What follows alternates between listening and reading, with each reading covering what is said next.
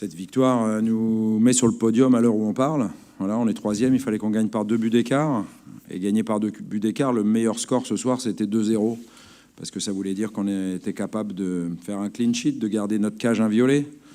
Donc très content pour les joueurs qui ont été organisés et qui ont bien travaillé tous défensivement pour protéger Steve, qui a fait un arrêt très important sur la seule occasion cannaise du match. Mais cet arrêt était important. Après, je trouve qu'on a fait une très très belle première période, plein de mouvements, de jeu, et on l'a surtout validé par 2 buts. C'est important sur ces temps forts de marquer. Après, on a été un peu rattrapé par nos 7 matchs en 22 jours, notamment pour certains qui avaient beaucoup joué.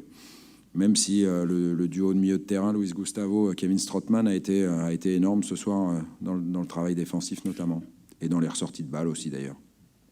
Je pense que sur le nombre de points qu'on a après 9 journées, je pense qu'il nous en manque 2. Voilà, on devrait être avec 2 points de plus. Je dirais qu'on paye un peu la défaite à Nîmes, plus qu'autre chose. Mais on est là, voilà, on est troisième, donc c'est que c'est pas si mal que ça. Puis je vous l'ai dit parce que je le pensais, on pourrait être avec beaucoup plus de points en Europa League, avec les mêmes matchs, le même contenu. Mais ça suffit pas, voilà. Il va falloir qu'on batte la Lazio, et puis on va avoir une semaine plus qu'excitante, parce qu'on ira d'abord à Nice, où c'est toujours difficile d'aller gagner. Et puis ensuite, on recevra le Paris Saint-Germain. Donc ça va être une belle semaine qui se profile, et je vous promets qu'on va travailler fort pour être prêt, en espérant évidemment que les internationaux reviennent tous à 100%. C'est toujours la problématique de ces trêves internationales quand on a beaucoup d'internationaux. Sur la confiance et la détermination, voilà, ce soir on était dans notre jardin, on était dans notre vélodrome avec 56 000 supporters marseillais, donc c'est sûr que ça aide dans ces conditions. Je pense qu'il va falloir qu'on s'améliore à l'extérieur aussi dans les prochaines semaines, mais encore une fois on va y travailler, et puis je pense qu'on va surtout récupérer les suspendus, les blessés, et qu'on aura plus de solutions et une équipe encore plus performante, et que ça permettra de laisser souffler quelques joueurs que j'ai pas pu laisser souffler, mais il fallait surtout garder confiance, il n'y avait pas de raison. On l'a vu en première période, cette équipe est capable de produire du jeu, du beau jeu, et d'être solide, ce qu'elle a été tout le match, par contre, ça c'est bien. Ouais. Non, ça suffit pas à lui tout seul. Bouba était très bien encore avec lui à côté, mais il a été sobre et efficace. Et il nous a amené son expérience et son physique, c'est ce qu'on demandait à Adil. Voilà, il avait fait ça aussi contre Guingamp à domicile. Donc c'est des matchs de cette veine-là qu'on attend de sa part. Il faut demander aux supporters.